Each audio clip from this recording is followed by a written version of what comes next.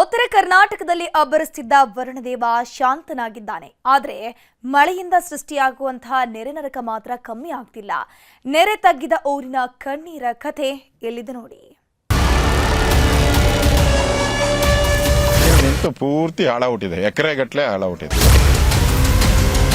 ಮುಖ್ಯಮಂತ್ರಿಗಳು ಬೆಳಗಾವಿಗೆ ಬರ್ತಾರಂತೆ, tape cut ಮಾಡಿ ಬಿರಿಯಾನಿ ತಿಂದ್ಬಿಟ್ಟು ಹೋಗಕ್ಕೆ ಬರ್ತೀರಾ? ಅಶೋಕ ಏನೋ RSS ನವ್ರು ಹೇಳ್ಕೊಟ್ಟದು ಮಾತಾಡ್ತಾರೆ. ಮಳೆ ನಿಂತರೂ ಮಳೆಯ ಹಾನಿ ನಿಲ್ಲಲ್ಲ ಅನ್ನೋ ಹಾಗೆ ವರುಣದೇವ ತಣ್ಣಗಾದ್ರೂ ಮಳೆಯ ಕಂಟಕ ಮಾತ್ರ ತಣ್ಣಗಾಗ್ತಿಲ್ಲ. ಕಳೆದ 3-4 ತಿಂಗಳಿಂದ ಅಬ್ಬರಿಸ್ತಿರೋ ಮಳೆರಾಯ ಜಲಪ್ರಳಯವನ್ನೇ ಸೃಷ್ಟಿಸ್ತಾ ಇದ್ದಾನೆ. ಊರೂರುಗಳೇ ಮೇಲಿಂದ ಮೇಲೆ ಮುಳುಗೆದ್ದಿವೆ. ಕೃಷ್ಣ ಹಾಗೂ ಭೀಮೆಯ ಅಬ್ಬರಕ್ಕೆ ಉತ್ತರ ಕರ್ನಾಟಕ ಅಕ್ಷರಶಃ ತತ್ತರಿಸಿ ಹೋಗಿದೆ. ಮೊನ್ನೆಯಿಂದ ಮಳೆಯ ಅಬ್ಬರ ಕಮ್ಮಿಯಾಗಿದ್ದು ನೆರೆ ಕೂಡ ತಗ್ಗೋದಕ್ಕೆ ಶುರುವಾಗಿದೆ. ಆದರೆ ನೆರೆ ನಿಂತ ಊರಲ್ಲೀಗ ನರಕ ದರ್ಶನವಾಗ್ತಿದೆ. ಇದರ ಬೆನ್ನಲ್ಲೇ ರಾಜಕೀಯ ಕೆಸರಿನ ಚಾಟವು ಜೋರಾಗೇ ಇದೆ.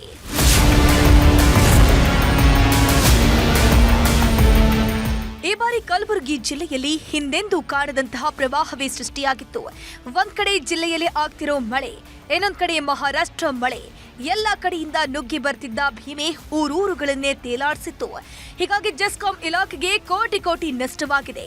ಭೀಮಾ ಕಾಗೇಣ ನದಿ ಅಬ್ಬರಕ್ಕೆ ವಿದ್ಯುತ್ ಟ್ರಾನ್ಸ್ಫಾರ್ಮರ್ಗಳು ಕೊಚ್ಕೊಂಡು ಹೋಗಿದ್ದು 10 ಊರುಗಳು ಕತ್ತಲಲ್ಲಿ ಮುಳುಗಿವೆ. ಈಗ ನೆರೆ ತಗ್ತಿದ್ದಂತೆ ವಿದ್ಯುತ್ ಟ್ರಾನ್ಸ್ಫಾರ್ಮರ್ಗಳ ಬದಲಾವಣೆ ಕಾರ್ಯವನ್ನ ಜೆಸ್ಕಾಂ ಸಿಬ್ಬಂದಿ ಶುರು ಮಾಡಿದ್ದಾರೆ.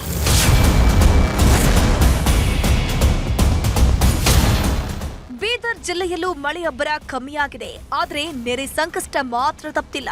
ಹೀಗಾಗಿ ನೆರೆ ಪ್ರದೇಶಕ್ಕೆ ಎಂಟ್ರಿ ಕೊಟ್ಟಿದ್ದ ಸಚಿವ ರಹೀಂ ಖಾನ್ ಅಲ್ಲಲ್ಲಿ ಕಣ್ಣಾಯಿಸಿ ಹೋಗಿದ್ದಾರೆ.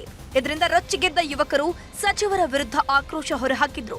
ರಸ್ತೆ ಮೇಲೆ ನಿಂತು ವೀಕ್ಷಣೆ ಮಾಡಿದ್ರೆ ಜನರ ಸಮಸ್ಯೆ ಅರ್ಥ ಆಗೋದಿಲ್ಲ. ಸುಮ್ಮನೆ ಕಾಟಾಚಾರದ ನೆರೆಹಾನಿ ವೀಕ್ಷಣೆ ಮಾಡಬೇಡಿ ಅಂತ ಕಿಡಿಕಾರಿದ್ದಾರೆ.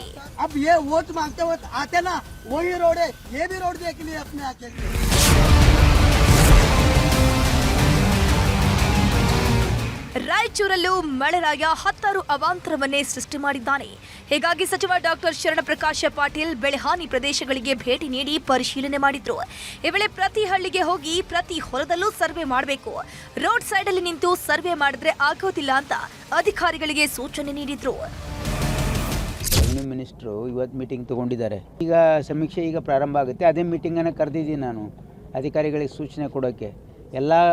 ಎಲ್ಲ ತಾಲೂಕಲ್ಲಿ ಹೊಲಕ್ಕೆ ಹೋಗಿ, ಎಲ್ಲ ಊರಲ್ಲಿ ಹೊಲಕ್ಕೆ ಹೋಗಿ ಸಮೀಕ್ಷೆ ಮಾಡಿ ನೀವು ಜಂಟಿ ಸರ್ವೆ ಮಾಡಿ ವರದಿ ಕೊಡಬೇಕು ಅಂತಕ್ಕಂಥ ಸೂಚನೆಯನ್ನು ಕೊಡ್ತಾ ಇದ್ದೀನಿ. ಅಧಿಕಾರಿಗಳು ನಮ್ಮ ಇದರಲ್ಲೇ ಕೆಲಸ ಮಾಡಿಲ್ಲ ಅಂದರೆ ಸಸ್ಪೆಂಡ್ ಆಗ್ತಾರೆ.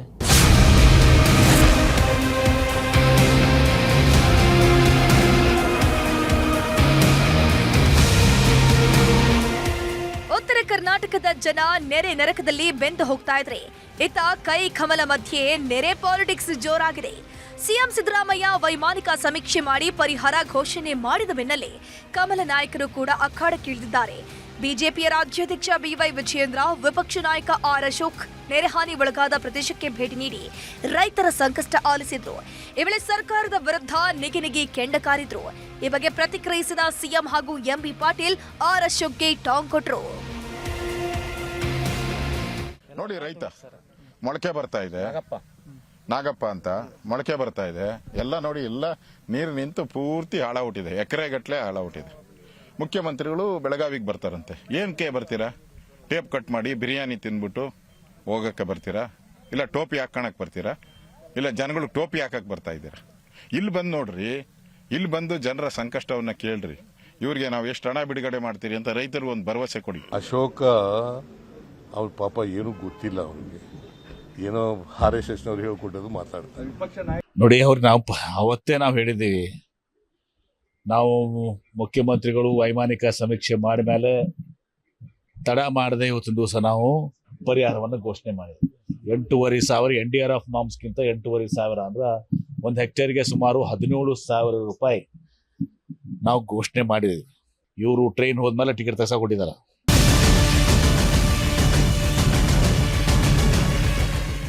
ಇನ್ನು ಉತ್ತರ ಕರ್ನಾಟಕದ ಮಳೆ ಹಾನಿ ಬಗ್ಗೆ ಪ್ರತಿಕ್ರಿಯಿಸಿರುವಂತಹ ಜೆಡಿಎಸ್ನ ವರಿಷ್ಠ ಎಚ್.ಡಿ. ದೇವೇಗೌಡರು ನೆರೆ ಪರಿಹಾರಕ್ಕಾಗಿ ಈಗಾಗಲೇ ಕುಮಾರಸ್ವಾಮಿ ಪ್ರಧಾನಿಯವರಿಗೆ ಪತ್ರವನ್ನ ಬರೆದಿದ್ದಾರೆ, ನಾನು ಕೂಡ ಪತ್ರವನ್ನ ಬರೀತೀನಿ ಅಂತಂದ್ರು. ಎಷ್ಟು ಮಟ್ಟಿಗೆ ಪರಿಹಾರ ಕಾರ್ಯಕ್ರಮ ನಡೆದಿದೆ, ನಡೆದಿಲ್ಲ, ಜಾನುವಾರುಗಳಿಗೆ ಎಷ್ಟು ಸತ್ತೋಗಿದ್ದಾವೆ, ಏನು ಪರಿಹಾರ ಕೊಟ್ಟಿದ್ದಾರೆ, ಸತ್ತ ರೈತರಿಗೆ ಏನು ಪರಿಹಾರ, ಆ ಕುಟುಂಬಕ್ಕೆ ಸ್ಥಳದಲ್ಲಿ ಎಲ್ಲ ವಿಷಯಗಳನ್ನು ಮಾಹಿತಿಗಳನ್ನು ಕಲೆಕ್ಟ್ ಮಾಡ್ಕೊಂಡ್ಮೇಲೆ ಮುಂದೆ ಕೇಂದ್ರಕ್ಕೂ ಕುಮಾರಸ್ವಾಮಿಯವರು ಪತ್ರ ಬರೆದಿದ್ದಾರೆ ಪ್ರಧಾನಮಂತ್ರಿಗಳಿಗೆ. ಅವಶ್ಯಕವಿದ್ದರೆ ನಾನು ಕೂಡ ಡೆಲ್ಲಿಗೆ ಹೋಗಿ ಅವನ್ನ ಭೇಟಿ ಮಾಡಿ ಪರಿಹಾರಕ್ಕೆ ಒತ್ತಾಯ ಮಾಡಿ.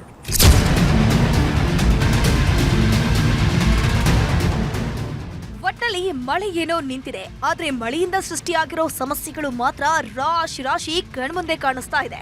ಹೀಗಾಗಿ ಸರ್ಕಾರ ಆದಷ್ಟು ಬೇಗ ಸಂತ್ರಸ್ತರಿಗೆ ಪರಿಹಾರದ ಸಹಾಯ ಹಸ್ತವನ್ನ ನೀಡಬೇಕಿದೆ.